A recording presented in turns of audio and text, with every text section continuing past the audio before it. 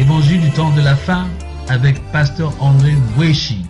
Bien-aimés du Seigneur dans le monde et à travers les Congos, que la paix et la grâce et la miséricorde vous soient données de la part de Dieu notre Père et du Seigneur Jésus-Christ notre Sauveur.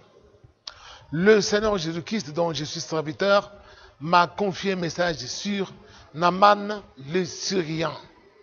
Mais bien avant d'écouter ce message, je vous invite à faire avec moi une courte prière comme d'habitude. Le Père éternel, nous venons en ta présence ce matin avant d'écouter cette parole que tu nous as envoyée sur Naaman pour que nous puissions apprendre comment a été la vie de cet homme et de nos jours, qu'est-ce que cela nous enseigne. Seigneur, nous voulons que par cet enseignement, tu accomplisses ta volonté qui est de sauver nos âmes afin que ton règne soit sur la terre parmi les hommes. Au nom de Jésus-Christ. Amen.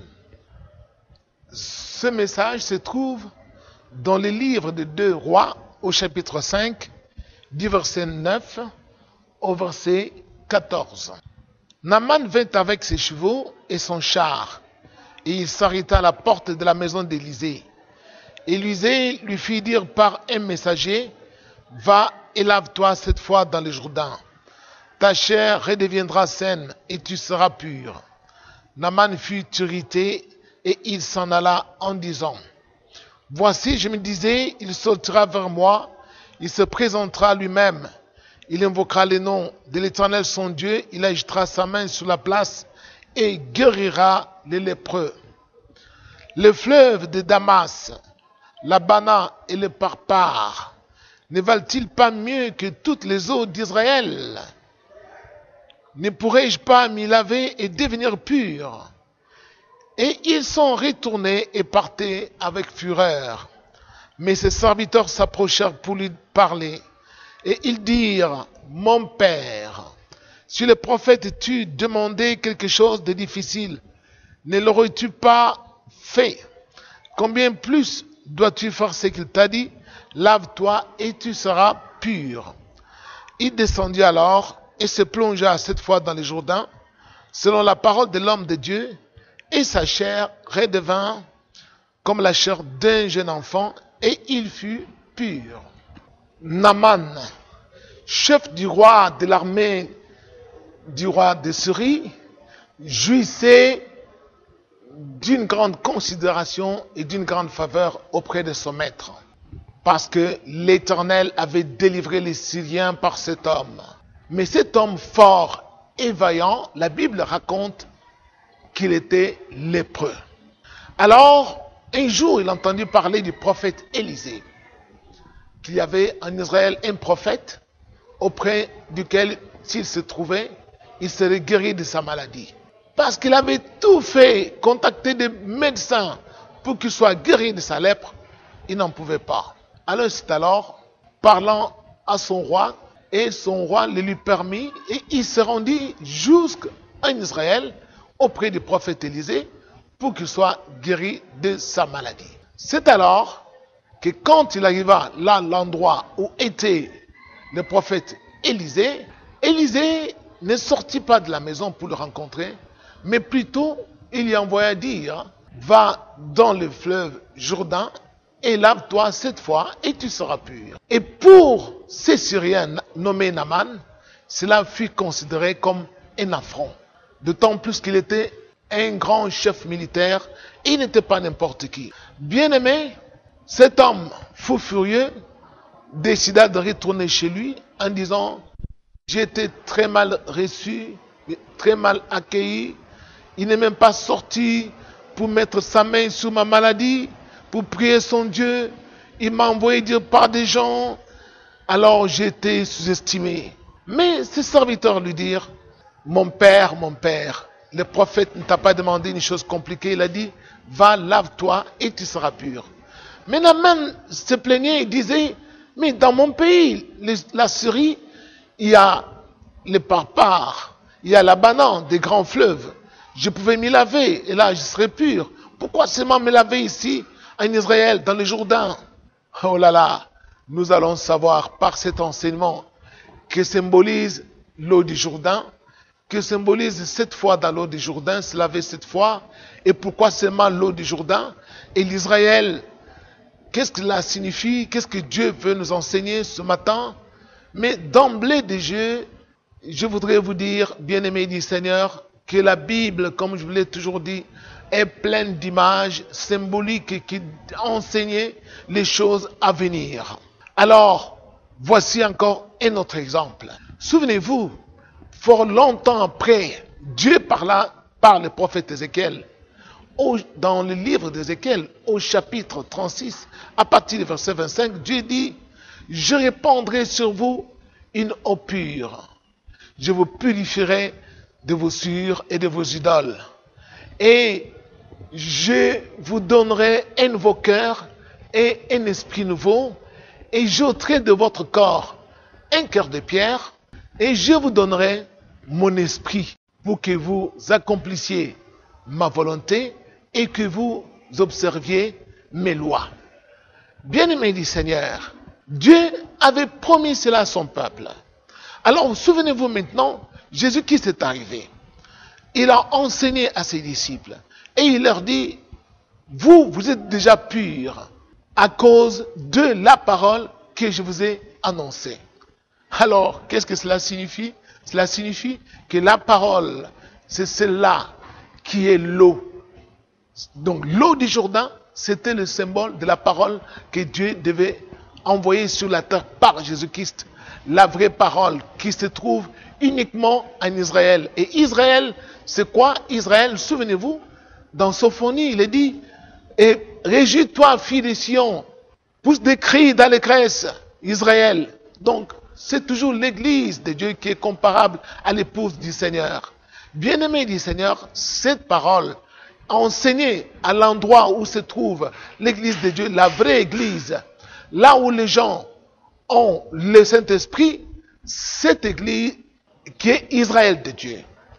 Alors, bien-aimé du Seigneur, maintenant souvenez-vous que le Seigneur est arrivé, il a purifié ses disciples par la parole de vérité.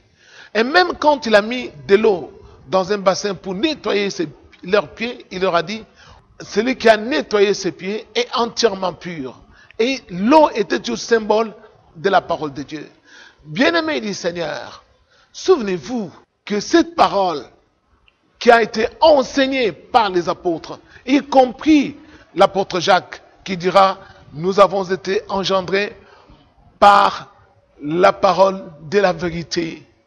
Et même le bien-aimé apôtre Pierre dira, il nous a régénérés par une semence qui n'est pas corruptible, mais par la parole vivante et permanente de Dieu. Alors, souvenez-vous que cette parole, enseignée à l'endroit où il y a l'église de Dieu, la vraie église, là où on ne demande pas de l'argent aux gens pour qu'ils soient guéris, mais la vraie église où on enseigne la vérité, cette parole purifie, rend les gens purs et leur donne la possibilité de recevoir le Saint-Esprit. Et quand ils ont le Saint-Esprit, ils obéissent au commandement de Dieu et ils ont la capacité de mettre la parole de Dieu en pratique. Naaman a été purifié par cette parole, il s'est plongé cette fois. Et cette fois, que signifie cette fois? Souvenez-vous que Dieu a créé le monde pendant 6 jours et le 7e jour, il se reposait. Le chiffre 7 représente la plénitude de la création de Dieu. Et souvenez-vous dans le livre d'Apocalypse, là il est dit, les véritables, les témoins fidèles, le Seigneur de gloire, quand l'apôtre Jean l'a vu, il a vu le Seigneur Jésus au milieu de 7 chandeliers, tenant dans sa main droite 7 étoiles, et devant son trône 7 esprits. Tous ces chiffres 7, 7, 7, 7 représentent la plénitude de la puissance de Dieu. Naaman, ce qu'on lui a enseigné, c'était tout simplement obéir à l'entièreté de la parole de Dieu pour être pur. Et là, il est écrit que sa peau redevint comme celle d'un petit enfant. Et alors, lorsque nous avons été régénérés, nous sommes devenus de nouvelles créatures. Nous sommes devenus comme des enfants. C'est pourquoi Jésus a pris un petit enfant et dit, soyez comme des petits enfants, ressemblez aux petits enfants. Alors celui qui reçoit cette parole, qui obéit à cette parole, qui la met en pratique, cette parole de vérité, il sera comme un petit enfant devant le Seigneur, parce qu'il sera purifié. Et alors, il ne sera plus sous les joues du diable, et des maladies ne pourront rien contre lui, quelle que soit la maladie. Pourquoi? Parce qu'il est devenu pur, il s'est jeté 7 fois dans l'eau pure. Et cette eau pure, c'est la parole de Dieu. C'est pourquoi dans Hébreu, l'apôtre dit, approchez-vous de lui avec un cœur sincère, dans la plénitude de la foi, avec les corps lavés d'une eau pure. Là, toujours, c'est la parole de Dieu, bien-aimé du Seigneur. Là où elle est, la vraie parole de Dieu, elle purifie l'homme et le rend capable d'obéir au commandement de Dieu. Et Dieu vient habiter dans cette personne et Dieu lui donne la possibilité de devenir enfant de Dieu. Et quelle que soit la maladie, Dieu guérira cet homme de sa maladie. Pourquoi? Parce que cette personne a décidé de se laver 7 fois dans les eaux du Jourdain. Ce matin, il y a beaucoup de Naaman qui nous suivent, qui disent, mais moi aussi je suis serviteur de Dieu. Moi aussi, je connais la parole de Dieu. Dieu aussi a aussi travaillé avec moi. J'ai prié, genre de malades ont été guéris. Et oui, Naaman lui aussi avait délivré les Syriens, bien qu'étant lépreux, mais sa lèpre ne finissait toujours pas. Bien que Dieu l'utilisait, c'est en Israël que sa lèpre l'a quitté. Comment? Parce qu'il s'était humilié et il avait accepté de se plonger 7 fois dans le Jourdain. Plonge-toi 7 fois dans le Jourdain, c'est-à-dire plonge ton regard dans la loi parfaite, la loi de la liberté, que est la parole de Dieu. En obéissant au commandement de Dieu, Dieu sera avec toi, mon frère ou ma sœur. Il agira au-delà de toute espérance. Et les gens qui te voient aujourd'hui, ils s'étonneront comment tu es redevenu comme un jeune enfant. Pourquoi? Parce que cette parole nous donne la capacité de devenir enfant de Dieu. Et souvenez-vous, le prophète Élisée n'a pas exigé de l'argent. Il n'a pas dit, vous me donnez d'abord de l'argent, ou soit par M-Pesa, ou par, je ne sais pas, Tigo Cash, ou par n'importe quel compte bancaire, et après, vous recevrez la bénédiction. Non, non, non, non. Il a dit, va te laver dans les Jourdains, et tu seras pur. La parole de Dieu, la vraie, là où elle est, elle s'accomplit facilement, parce que la parole de Dieu dans la bouche d'Élisée était la vérité, et la parole de Dieu dans la bouche de Jésus-Christ était la vérité, et Dieu, qui est la vérité, accomplit toujours sa parole au travers de ses serviteurs.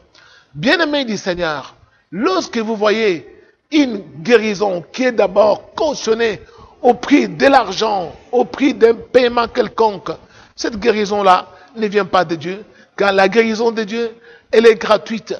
C'est quand nous plongeons nos regards dans la loi parfaite, quand nous acceptons de nous plonger dans les Jourdains, en Israël, pas en Syrie, c'est-à-dire pas dans une fausse église, pas dans des endroits où on est en train d'enseigner aux gens comment sortir en esprit lorsqu'on est au culte pour retourner chez lui à la maison et voir ce qui se passe à la maison, comment faire des sorties transcendantales. Ça, ce n'est pas la délivrance.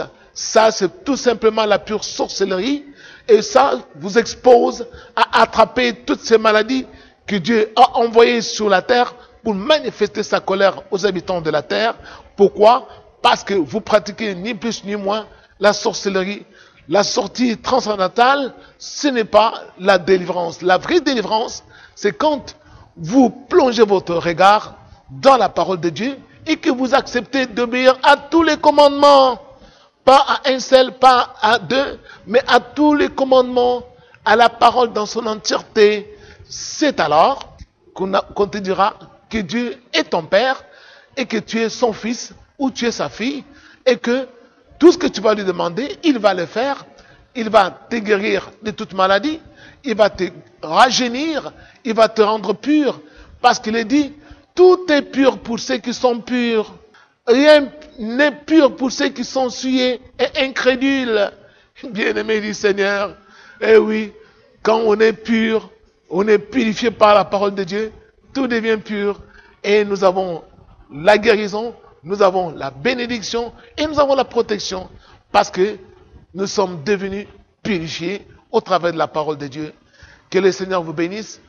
Ce matin, soyez maintenant Naaman transformé par les eaux du Jourdain. Par les eaux du Jourdain qu'on apporte en Israël pour venir les vendre ici dans des fioles de 15 $ et de 20 $ dans les Jourdains actuels. Non, non. Ça, c'est la magie tout simplement. L'eau du Jourdain, c'est la parole de Dieu, la véritable, qui devait venir sur la terre par Jésus-Christ, qui a été transmise par des prophètes et les apôtres.